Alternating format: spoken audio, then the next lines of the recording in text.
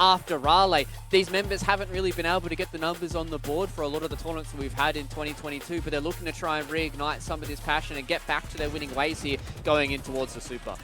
Yeah, and I think with this reunited, it's a very fitting name, and you know it's kind of a good lesson for players out there that sometimes the grass isn't always green, and roster mania can end up hurting you. And 3 out of that 4 Mind Freak roster that qualified for Raleigh is back together, and I'm excited to see what these guys can do because I thought they were a pretty solid team. Yeah, and especially with, you know, obviously we've seen what Square's been able to do with Demons on his short stint on that roster, being able to get those young kind of fraggers and those young guns going out and getting some consistent top 4. So, you know, coming back to his old buddies in Lunchy as well as Wrath City, seeing if they can really start to reignite that. And obviously the 4th member that went all the way to Raleigh was Ninjestix, and he is now on this BBR roster who, I mean, this BBR roster, Hoggy, these guys have really started to excite me and really started to step up and go from strength to strength to strength here, and looking towards the Super. They're looking to continue to keep those placings going up. Yeah, strength to strength is exactly how BBR have been going. They've been trending upwards ever since the start. Their team has chopped and changed a bunch of times, but finally they've got Ninjestix on the team, who in my opinion has actually stepped up huge. He's joined in to the team instead of Jakor, but Ninjestix has just stepped up so much from where he was at the start, in my opinion. Everyone talks about how good he is and how good he can be, but I think he's finally proving it now on this BBR roster. And then you just add Streckman in there, who has basically just been going from team to team, filling where he wants. He fills in at scrims all the time. We've seen him filling in recently in scrims on individual players' streams. So adding him to the roster, unfortunately, Braddles can't play. He has outside of, you know, in real life commitments, unfortunately. But Streckman may be a permanent addition to this team moving forward. So it's definitely not a bad pickup for BBR. Yeah, exactly. He has been a bit of a fragger for multiple teams so far. And this is how our top 4 is standing so far for our qualified teams to the Super. At the end of today, ladies and gentlemen, we're going to have 2 more people on this graphic. And then we're going to have 1 more weekend before we determine all 10 of our members that will be joining us for 3 full days of Halo Infinite action in ANZ. And I know everybody here is super excited to get into that Super. We've got some cool stuff on the horizon for everybody. We've got some insane gameplay as well. So that is how we're standing right now. But we've got a whole tournament to start to get through here, lads. We've got a whole open bracket to get through. So I think it's better time than ever to start to jump in towards this bracket and start to see which teams we've got floating around, who's really got the kind of open line for this open qualification, because it is top 2. And Justin, I think that's an important thing for us to look at today. It's just top 2. So teams like Immunity right now, Direwolves, who are going up against these teams that might not have the same kind of prestige that they do, they've only got to win a couple of series and they've guaranteed themselves a top 2 here. Yeah, I mean, the way that you put it makes it sound easy, but just look at the names, really right? did make it sound easy. Deathruptor Fan, 1620 Kings, Direwolves, and then Lolly's team and Team Immunity. Like, there is so many monster lineups through there. I don't think it's going to be an easy fight at all. I think it's going to be mayhem. Yeah, I'm interested to see how these scraps do go in this elimination bracket, or the double elimination bracket, pardon me. But it's finally time for us to get into our first series here, lads. Let's start talking about Team Immunity going up against 1620 Kings Gold. And this is more of an academy roster from the 1620 Kings that we have been talking about a long time here, Hoggy. These guys have kind of come up and been a little bit of a sister roster to 1620 Kings, but they've taken down a big scalp today. They've taken down Nebula, who was a team that was consistently in towards that top 10. So going into this series against Immunity, they might have kind of the mysterious factor to go against them because they seem to be able to frag in the server. Oh, most definitely. The fact that they've already taken down Nebula is a big sort of scalp for them. The fact that they're into the quarterfinals against Immunity, obviously an extremely tough matchup for them. Immunity's a very, very strong team, but Struct won the last FFA that we had, so obviously there's something going on there that we don't know about because we haven't really seen too much of him on broadcast yet. And the fact that this team also got, I think, top 16. I think they managed top 16 in the first open qualifier on the 30th of January. That you can't just slouch on them. You know, they're still going to have to play their game, and Immunity's going to have to be on point. And especially because there's so many slots open up here for the HCS Super as well. We've still got 6 slots on offer out of 2 weekends. So these guys certainly do have a chance for the title. But Justin, I'm going to start talking about Immunity here as well. This has been a team when they did make their comeback into Halo Infinite, where everyone was saying these guys were going to be the next greatest things. Unfortunately, they only really got themselves a 2nd place. The Chiefs still indomitable. But now they've brought Dante into this roster. It seems like this is going to be the 4 that's going to stay together for Team Immunity. And these guys are really starting to improve. But I'm still waiting for that big dog dominant performance where they come into a tournament here in Halo Infinite and blow everybody out of the water and start to challenge the Chiefs. Yeah, listen, I think for Team Immunity, it's probably a good thing that they didn't just come in and wipe the floor with everyone like they have done in the past, because we know that players like Benno and Voltage are incredibly competitive, and I reckon there's a bit of a thorn in their side that they're not on top of the Halo scene, because that was, you know, they had a permanent position, like they had a long-standing tenure at the top of the ANZ Halo scene. So I think that we need to watch out for these guys, because they've got the talent, they've got all the experience, and it's just about how much they want it. I mean, the Chiefs are doing so well because they have lots of talent, but they also really want it, that fire in their guts. And losing is a pretty big motivator for the guys on Immunity, I think. So watch out for those guys. Yeah, especially, you know, with today, it kind of feels like they've got a little bit more pressure on them, right? And I feel like, you know, talking about this, Hoggy, these guys coming into this, we're probably coining these guys to probably get a top 2 today. And if they don't perform, then moving into next week, if they have to go through that open series and things really start to get in your head about Immunity really going to be a good roster that's going to be able to compete for this top 6. Yeah, well, their team has been changing multiple times, right? They've finally landed with Dante on the team. Junior not able to commit as much as I guess the rest of the team needs him to. So Dante's sort of jumping in. But you're right. Going into next week will make it a lot harder for them. I don't think there's any doubt that these guys are not a top team. They are a top team. Yeah. It's just, can they get through in the top 2 today, or do they have to do it next week? And that's the real question we've got ahead of us. And these are the maps that we've got ahead of us as well, ladies and gentlemen. We're going to start out here with Live Fire on Strongholds. We're going to go into Recharge there on Slayer. And finally, for the final map of this best of 3 is going to be an Oddball Streets. And obviously, looking across Team Immunity, these guys are absolutely insane on Streets. And I think looking at this matchup here for 1620 Kings Gold, Justin, going through a lot of these maps, it feels like if they go all the way to Streets, it's going to be very hard for them to go over the top of Immunity if they can get a map. Yeah, listen, for 1620 Kings Gold, excuse me, they need to come out hot out of the gates. They cannot let Team Immunity get warmed up and comfortable, because once those guys start connecting dots and playing good Halo, they're unstoppable. So these guys on Kings Gold, they just need to come out of the gates hot and just knock them out straight away. They cannot give Immunity a chance to get any sort of momentum. And what a better way to start here than on Live Fire Strongholds. Ladies and gentlemen, our first map of the Super Qualifier is about to be underway, so let's jump into it here with SSJ4 and Hoggy. Their qualification to the biggest tournament in ANZ history begins right now. And what a better team to kick off with than Team Immunity, the GOATs of ANZ. We're jumping in on Strongholds on Live Fire. Let's do this, Justin. Oh, mate, I'm pumped. I didn't think I was going to be casting Halo today. What a treat. I don't think anyone Talking did. about a Sunday sesh. Yeah, no, Yeah. I'm very, very excited to see Team Immunity, because Team Immunity, they've been at the top for a while, and they need to prove it today. This is the most important time for them to prove it. I just said it, the biggest tournament in ANZ history. They need to be proving it today. Yeah, absolutely. And biggest in ANZ history, mate. And this year's only just getting started, right? We have so much to look forward to, but it's all about the here and now, just loading up into this game. And it's been a little while since I've casted Immunity, so I'm absolutely pumped to see what they can do with this new roster, and with the addition of Dante, who's a fantastic player, the H2 God they like to call him. It does look like we are having some technical difficulties, and we'll get those sorted out and we'll launch into it. But I guess it gives me more of a chance to talk a little bit, because everyone knows I hate the sound of my own voice. Yeah, exactly. And that's why I'm going to start to talk to Hoggy right now, so Justin can have a little bit of a break. But obviously, a few technical difficulties getting into this game here, and I think this is a good time for us to start to talk a little bit more about the Super. I think it was kind of, I think we did a little bit of a disjustice, but obviously Hoggy did a good job at being able to hype up the fact that this is one of the biggest tournaments, the biggest tournament in ANZ Halo's history. And I think going into it, this is super exciting for all these teams, because not only is it $50,000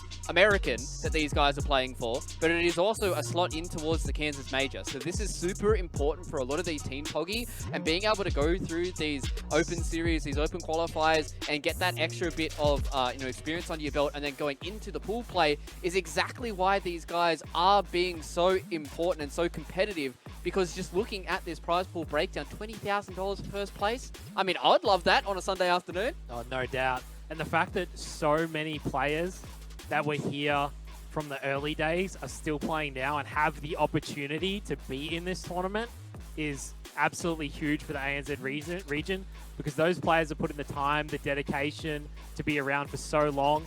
And in the early days, they were playing for not very much money, not that much money going around either. But now they're here and they get the chance to play for it. It's amazing just to see. Yeah, it's just insane to see the amount of money that we're going to be throwing around to those guys, and all the way down to 10th as well, I think is insane for us to look at, just as long as you get that qualification. It's going to be an insane tournament for us to look at as well, Justin, because not only is it going to be money for all these guys as well, we get full pool play. We haven't had pool play here in Australia for a long time. It's just been brackets, so we actually do get to see these teams playing against each other consistently, and we're able to start building these storylines and really feel out where everybody is. Like, if Chiefs go in and smack literally everyone in the region, then we go, okay, 100% these guys are gods, untouchable. But if we start to see some shakiness come out of them, then maybe we might see a different storyline for the Super. Yeah, pools is always interesting. It gives you a good opportunity to face up against a bunch of teams before the bracket has actually started, and you can feel different teams out. And it's a last chance to kind of, you know, get rid of some kinks in some of your gameplays and that kind of thing. And it really warms you up for the big time, which is in the bracket. You know, personally, when I was competing, I loved pool play because it just gave me a chance to play lots of teams and not get, you know, double knocked first rounded. So Exactly. Well, that's what we're going to have to wait and see here. But luckily enough for us, ladies and gentlemen, we have our map underway. So let's jump into it here. Live Fire Stronghold's Immunity taking on 1620 King's Gold. All right, round number 2, Justin. Here we go. Strongholds on Live Fire. What better team to kick off with than Team Immunity? We're on board with Benno off the start. And he's playing it slow. He doesn't want to go in, Justin. Yeah, he's just using those throwing nades to out his his advantage. Yeah, he's just throwing out his 1,300 grenades he has in his back pocket. But I like this play. He just took it slow and just like, I'm going to hold these angles. He does get backed off straight away though, Hoggy, and he's already starting that rotation through and flicking over now to Struct. And yeah, you mentioned that he's won one of the recent FFAs, which is a good way to get noticed by a top team as well. He does get sat down there, Hoggy, though. Yep, but it's a trip cack for the side of 1620 King's Gold. Team Immunity off to a rough start. That sort of slow pace at the start, Justin, didn't work out too well for them, but they are getting A. They do get it back, and they managed to get C as well. So it soon flips straight back into Team Immunity favor. Yes, it does, but very early days right now on board with Tansky. I'm going with Tansky with the Kings. Gold Scotty caps over that A stronghold and already rotating through. I like his use of cover there, hugging the sides of the map very, very well. It does get called out and taken down there. And Benno with that heat wave, putting it to good use and capturing that stronghold. Trip cap for a very small sliver there. They will get the reset on B, and those points are going to start flooding in, Hoggy. Yep, Team Immunity trapped 1620 golds at B. They'll manage to take them all down. They got them 4 dead momentarily. They'll get them 2 down again. Benno's got the heat wave and he's heading up to C. They'll find another one. It's 3 down for 1620 Kings. Team Immunity are going to hold the 3 caps, A, B, and C. Tansky was the last one up. He's trying to play it real slow at C. He's right behind Benno. Yeah, and you can just see how comfortable Benno was there. He's just on the bridge, jumping up, exposing himself, not really using cover. He's just kind of like a turret looking around, trying to find his targets, and he's locked in, grabs himself a kill, and now they're moving in on this A stronghold here. Makes quick work of him with a little bit of help from Hef there. Turns around 360 and takes him out. Killing spree for Benno already. Tansky's there, and he is going to opt to back off there. Look, the help from 1620 Kings Gold coming through, pushing Benno back. And looks like Immunity has managed to get that overshield as well, Hoggy. Yeah, Dante with the overshield. We didn't really mention it earlier on, but I really do think 1620 Kings Gold, if they want to be in this matchup, they are 2 down now, 3 down momentarily. But for them to be in this matchup, Justin, I feel like they need to be playing like really, really aggressive to sort of catch Immunity off guard, because I feel like if the game slows down too much, it really plays into the favor of Team Immunity with the teamwork that they have. Yeah, we did talk about it, didn't we, Hogany? And it does look like King's Gold is struggling just a little bit, but it is Team Immunity after all. Now on board with Dante. Oh, Voltage has found that sniper rifle. Have to see if those dinosaur hands can line up some headshots and a bit of YY action. I know everyone loves that. Makes you a better sniper, Hoggy. Nah, most definitely. He's only got 4 bullets left. The other sniper is coming up any second as well. He's got 2 back B, hits the no-scope. Forces him to back down. He's got teammates there. That's Benno. Benno comes in. Hef cleans up 1. Incisive's there as well. He's going to drop down, and they're going to find him as well. The other 2 are over at A, and they do manage to take it. Immunity doesn't have B, though, so the points will go in the favor of 1620 Kings just for the moment. Team Immunity are going to try get B back. They do. This is a big fight for Jack, and he does manage to stay alive. Can he get himself the C capture? No, he can't. Voltage comes in, cleans it up. He'll get the reset, and they still have B and C. Yeah, and you can see King's Gold. They're not just rolling over, putting in a lot of effort. You can see they're trying to cap that C stronghold, and a lot of effort to put in shots and use his movement to utilize cover. But Immunity is just too strong out of the gate. The scoreline is about 130 points, which is basically over halfway at this point. Nice, perfect shots from Benno there, and now incentivized with that sniper rifle. Got 3 bullets to play with. I like that he takes this shot and instantly rotates Hoggy. He needs to change position so he can get a sneaky little kill, which he does, taking out Voltage and moving over that C stronghold. So what a play from Incentivize there. Yeah, Immunity's 3 down. Hef's the last one up. He'll go down. 4 down for Team Immunity. This could be a trip cap for 16-20 Kings Gold. But will they be able to hold it for very long? Gets the shot onto Voltage. Voltage stays alive somehow, and he'll be alive at Nest. Immunity, they're going to have to jump into a point, though, to stop the bleeding. Yeah, they will. Great comeback there by Kings Gold, getting that triple cap and really taking Immunity off guard. It's talking about that speed and that momentum to catch Immunity off guard. Yeah, exactly. And they must have heard us, and they looked at the score and went, hang on, there's something truth in what Hoggy and SSJ4 was saying, and they got that triple cap, switching through the POVs here, back on board with Incentivize. He does go down, Caster's Curse. A big double from Benno, as you say, and Stats with that heat wave. He goes down, the Caster's Curse is real, Hoggy. They just keep dropping. Yeah, Tansky's the last one up, and you can see Benno, he's chasing him down. It'll be a trip cap for Team Immunity. Benno's going to try the jump. He makes it as well. He's got 3 players in front of him. Makes both of a one-shot with the 2 shots.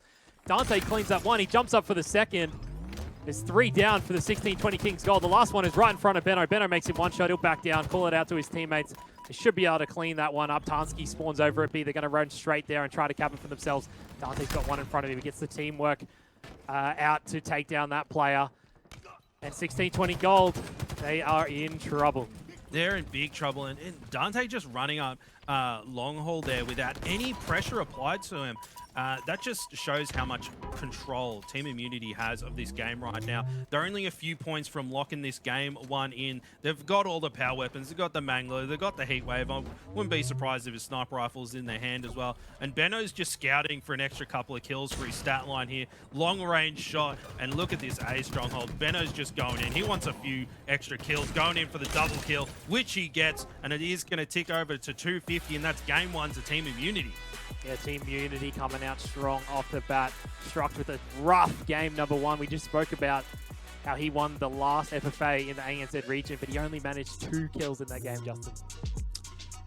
Yeah, it's not ideal. Not ideal. Trying to win a game of Halo, but listen, if he's winning FFAs, he's got to have something in him. He's got to have a pretty decent shot. So I think just brush this one off, boys, and move into the next game. You just got to be focusing on that next map. Yeah, I think that's the big thing, right, is obviously copying a shellacking like that in your first game on broadcast here for 16-20 Kings Gold. Never feels nice, but I think the big thing that I wanted to touch on here, Hoggy, when I was watching that game is it felt like every single time we were looking at an Immunity member, one of them had either the Mangler, the Heatwave, or the Sniper. It felt like they had literally the control of the entirety of the map, and every single one of those power weapons was going in their hands. And I think that's maybe something that these boys on 16-20 Kings Gold really need to start looking towards, is maybe trying to play for some of these power weapons to try and have that little bit of a leg up in some of these fights, because it felt pretty simple for Immunity in this game. But this is kind of the barometer that we had, right? We wanted to see whether or not Immunity were going to come in swinging and strong and take down a team like 16-20 Kings Gold, or whether or not they were going to come in and look a bit shaky. But they're looking pretty good today. Yeah, no, most definitely. Benno dropping 18 kills, most damage in the game, almost 5,000 damage in such a short game. And we see in the highlights here, he's got the Heat Wave in hand, and majority of the time we jumped onto Benno, he had the Heat Wave in his hands, and that's going to help your team out a lot. As you said, the Sniper, the Mangler as well. And if you're going to let the other team get all of the power weapons, you really don't have much hope, do you? Yeah, exactly. And it's just, you can just see so many of these different fights where they were able to at least get a lot of these kills thanks to that Heat Wave or even just the Sniper in and of itself. So maybe something as we look towards this next map going in onto recharge, that's something else we have to look at as well, is like these power weapons do quite a lot of work on a lot of these maps, and even as we just see here that it felt like Dante, Benno, and all these boys were kind of just running around the map and just kind of styling on 1620 Kings Gold, and I think that's a good little sign here for Immunity, right, Justin, is these guys are starting to feel themselves and they're not having to constantly think about Halo Infinite maps, and they're really just starting to get back in their own groove. Yeah, looking very comfortable and strong, but I would worry a little bit about getting too comfortable, you know, getting blindly through areas that are usually have a lot of pressure on them against better teams. I wouldn't get too relaxed, boys, because you do need prepare for some of the big dogs in the Super Qualifier. You certainly aren't going to be hanging around the bridge, jumping up and down, looking for targets against the Chiefs. So I wouldn't get too relaxed, but I guess that shows what good form Immunity is in currently, and maybe just a bit too strong for King's Gold. But that is just game one. Sometimes you can just regain and move into the next one, and it ain't over just yet. Yeah, and especially with the Slayer coming up now, Hoggy as well, right? This is where a lot of that objective pressure really gets taken off some of these members. You just play around as 4, you just try and get these picks, even play this 2-2 setup that we've seen sometimes from some of these teams, and kind of just go around and just play your natural game of Halo. And I think this is where a team like 1620 Kings Gold can really start to shine. So let's see if this series is going to be done and dusted with a 2-0 scoreline, or whether or not 1620 Kings Gold can make this even Stevens. Jumping in a recharge right now with Hoggy and SSJ4. Yeah, how slow are Team Immunity going to play it off the start, Justin? Because we saw last time, Benno sat back, used the nades to an advantage, threw them out. They're probably going to go grab this Mangler. How slow or fast are they going to start here as we jump on with Struct? Struct is going to try to stop them from getting camo. Yeah, listen, I tell you what, the Tyrannosaurus Rex can run at 35 miles an hour, so I'd expect Voltage to come pretty fast out of the gate. And look at that, 1620 Kings Gold, they do manage to get that camo, Hoggy. It does get burnt, but you know, maybe that was a conscious decision. It's like after the control of the power weapons, like, boys, we cannot let them get the power-ups and the power weapons this game. So pretty decent start to burn that camo and not let fall into Immunity's hands. Yeah, well, you'd much rather burn the camo right off the bat, especially after the way, you know, the first game went that you mentioned. So the fact that they've burnt that already, 3 of them are going to push through and find Voltage. And this is what we want to see, right? Working together, moving around the map together, grab themselves that Mangler and use it to their advantage. Yeah, absolutely. Grabbing those power weapons. A good thing to see. They've just brushed off that last game and went, boys, we had no power weapon control, and instantly power-ups, power weapons, and it's starting to look pretty good for them at the moment. And they've got a fragile 5-kill lead at the moment. They've come out of the gates hard, and I think they're surprising Immunity a little bit here, Hoggy. Yeah, most definitely. They had Team Immunity down. 2 of them already top middle. Benno gets 1. The sword is in the hand of Incisive, though, to take down another. Tansky's going to drop down for Voltage, and you saw that. They used that chance to get out to top middle, but it didn't really work out. They're still down by 6. Yeah, they are, and I love when you see a coordinated push like that. It's just, you know, exactly what they're thinking and what they're trying to do. And yes, it failed, but that's what you've got to do as a team. Like, you've got to commit to a strat and go, this is what we're going to do, and have everyone commit. Because if you have a team that's, you know, split in what they're trying to do on the map, it's never going to succeed. So Immunity, they tried doing the right thing, not this time around. 1620 Kings Gold, just a little bit strong out of the gate. And look at this, lurking there with the sword ready to strike. Yeah, I like this from Incisive. He's playing it nice and slow. You can see they've already grabbed the power weapons in their favor this game. He's got a player right above him. The player to spot him. He'll have to back down, and he does manage to get away, but will he get chased? He doesn't. He'll stay alive again. He still has the sword in pipes. He could just camp here all game, Justin. Yeah, listen, I wouldn't be chasing someone down pipes if they've got a sword around that corner. No way. So pretty smart on Immunity's part there. And look at this lead. It's, you know, it's almost 10 points here, Hoggy. And Tansky doing so well. Look at that damage that he does, picking himself up a kill, and he's going in. He's a one-man army. He's about to take on another 2 Immunity members. Love his use of cover here. You can tell he's wide and ready to play, Hoggy. Yeah, the way this team is working together, Jack's pushed in, so Tansky's going to go up. He'll clean up Dante. He's got another one right in front of him. His teammate cleans him up. Benno's weak at bottom tower as well, so 1620 Kings Gold working together beautifully. They have the sword, they have the Mangler. They're up by 9 kills now on Team Immunity. Immunity's going to have to start regaining control of this map and get themselves some of these power weapons, because they haven't really had many of them yet. Struck's got himself a sword as well. Yeah, and you know what? They've got to keep this pressure up, Hoggy. Like, they've come out of the gates hard and surprised Immunity, and they cannot let off the gas at all. They can't go, hey, boys, we've got a nice 10-kill lead here, because Immunity will chomp that up in no time. Killing spree for Tansky, and just rotating through. And the stat line is just completely different this game. Massive slays out of everyone on King's Gold. They're firing on all cylinders at the moment, Hoggy, and flashing shields. Immunity just can't get things going. Like they were last game. It's like a completely different roster. Yeah, so many times this game already, we've seen 1620 Kings Gold get away on no health multiple times recently. It's 2 down for Team Immunity again. Dante's stuck up at top gold. He's probably going to get them the spawn there. And they've been stuck inside gold for majority of this game is what it feels like. They've tried to push out as best they can, but the teamwork just isn't quite there. 1620 gold, they've got it down pat with their teamwork in this game. They've sort of stepped up from game number 1. They have, and we're now on board with Hef trying his best to put some shots in here, and it seems to be every time Immunity pokes its head out, it's just like King's Gold is there to take him out. There's a lot of players up in this hallway here, and here comes the challenge. They're coming in. Benno with this sword. Is this going to be the difference maker? Double kill for him. He's instantly looking for that triple no shields. I think Benno's a little bit angry, Hoggy. He doesn't want to lose this game. Yeah, he's got camo. This is actually massive for Team Immunity. Camo sword, if he plays it right, they can get themselves another potential four kills here and get themselves back in the game. They're still down by 9 kills. So Benno's going to play it real slow. He's got one in front of him. He'll take a free kill. His teammates have pushed in through pipes, but he hasn't jumped up there. He knows he's a player at top gold, so he'll find him, but he's going to turn around to try help his teammates, but they're already down. 2 of his teammates are dead. Now he's going to have to play his life with this sword. He jumps straight out and he instantly gets shot from Struck. He knew exactly where he was.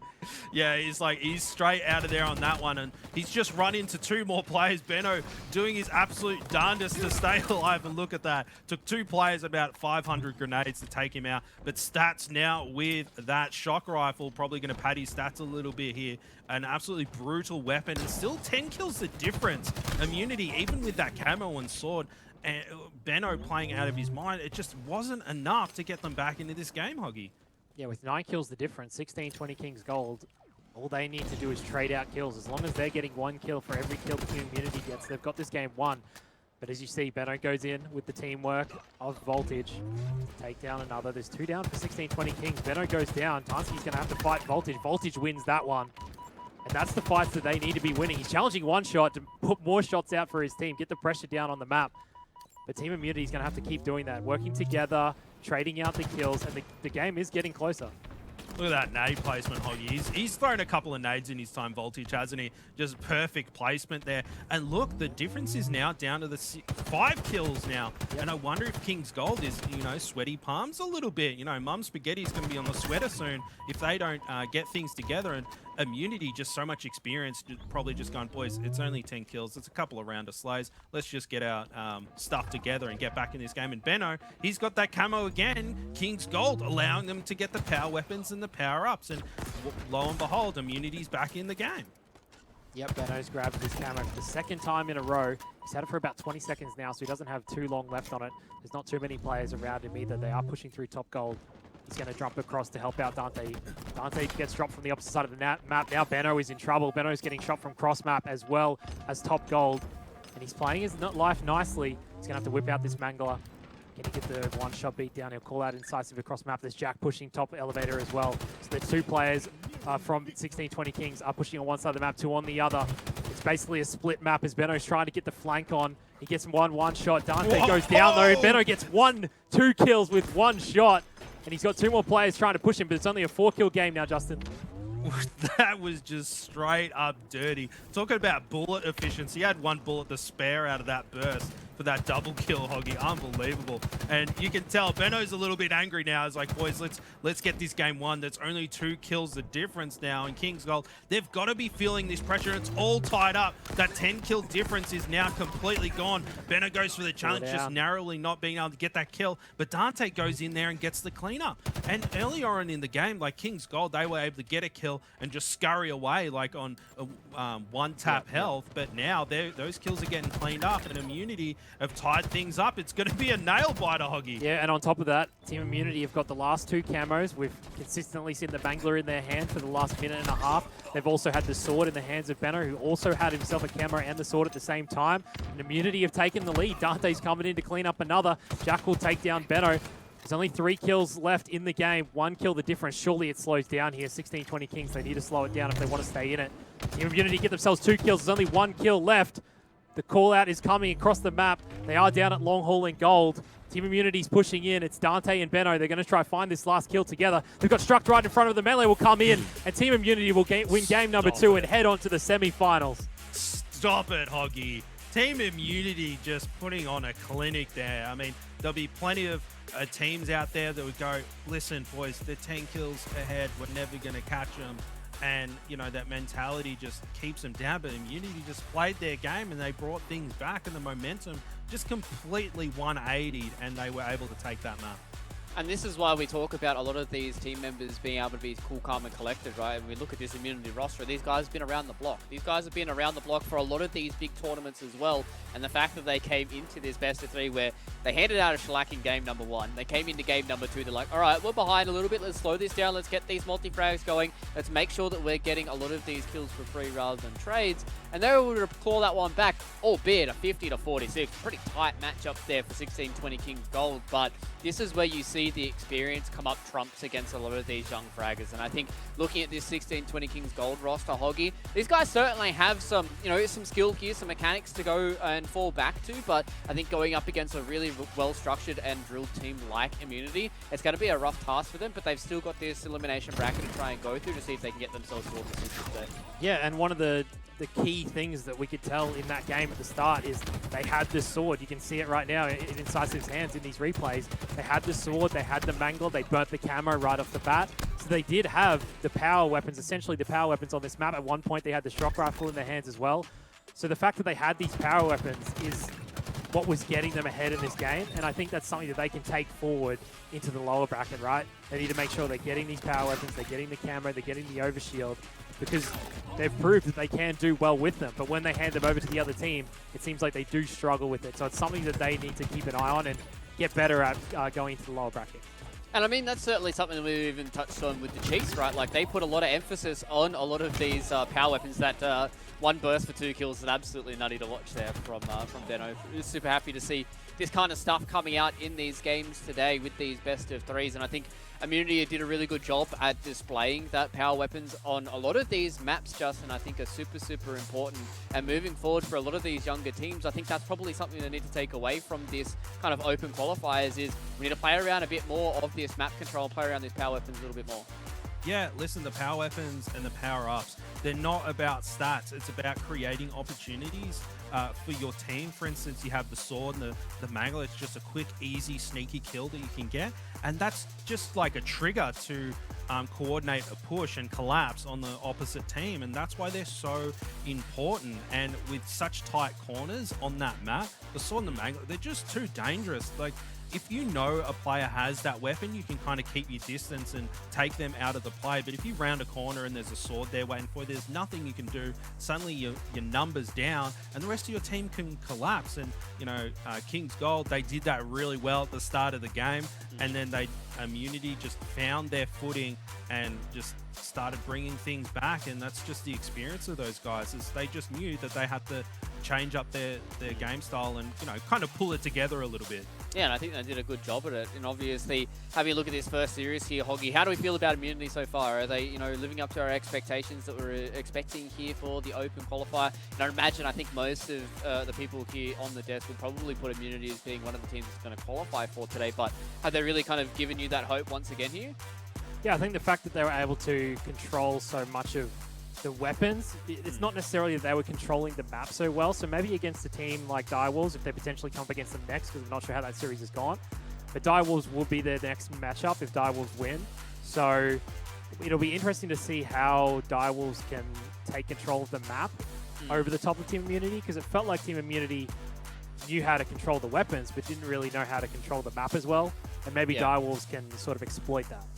Yeah, so maybe that might be something they have to look forward to in the future here. But we've got the bracket, lads, so let's go and have a talk about it and see which matchups are going to be heading forward. So it is going to be the Dire Wolves and Immunity who are going to be going head-to-head here. I think that semi-final at the top for me, Justin. Demons versus 1620 Kings. It's going to be an absolute banger. That Death Raptor fans versus 1620 Kings matchup would have been sick for us to watch as well. It looked like it was a pretty fast one from what I saw with the bracket. But they're 1620 Kings roster. They've got Rice back. They've got a few of these other members that have been floating around. And Demons, though, I think they're a team for me that certainly are going to make a fight for today, this top two. And I think if they can get over the top of 1620 Kings, they've only really got to get through one tough opponent and they've got it all locked up.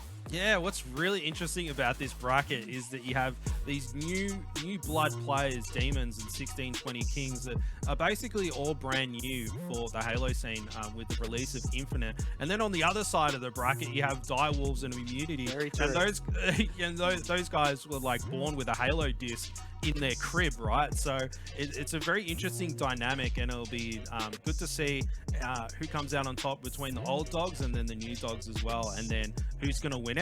You know, new dogs or the old. I mean, that's an interesting storyline for us to cover right here, Hoggy, is the fact that we've got these two different kind of styles of Halo that's going to be clashing together in this winners final, and that winners final is going to determine who gets our first slot going into the Super. So it's going to be insane for us to see which of these four teams, I think all four of them have a good shot at getting one of these two slots, but only two of them can get it, and I think it's going to be an interesting tale for us to talk about once we get towards that winners final. Yeah, no, it's crazy that the brackets sort of worked out like that, where you've got the new and then the old, and then they get to verse each other at the end, and I think that's really cool. So it'll be interesting to see how things go in the final, because I think Demons are a very, very strong team, and they've proven that over the Pro Series so far. So if they can get past 1620 Kings, then they'll put up a good fight against either Dire Wolves or Team Immunity, because the Dire Wolves and Team Immunity matchup, I would say it's basically a coin flip at this point. Yeah. Dire Wolves have been very up and down, and you could almost say Team Immunity's also been very up and down. And it's probably partly due to the fact that Team Immunity's been changing their roster around a bit. But Dire Wolves have kind of been the same the whole time, but they just have been up and down. That's just how they've been. Yeah, and I think that's going to be an interesting tale for us to see how that does pan out. But lads, we've got our winners interview lined up and ready to go here. We've got Voltage on the line, so let's bring him in, have a yarn to the man from Immunity and see how he feels after that series. Voltage, mate, congrats on the series victory here. It was nice and fast and nice and simple for you guys here against 1620 Kings Gold. I guess my first question for you is, obviously now that you guys have brought Dante into the roster, how do you guys feel as a squad right now going into the Super and the rest of the qualifier today? Right now, we're pretty realistic about everything. Like, we know, obviously, we've just picked up Dante.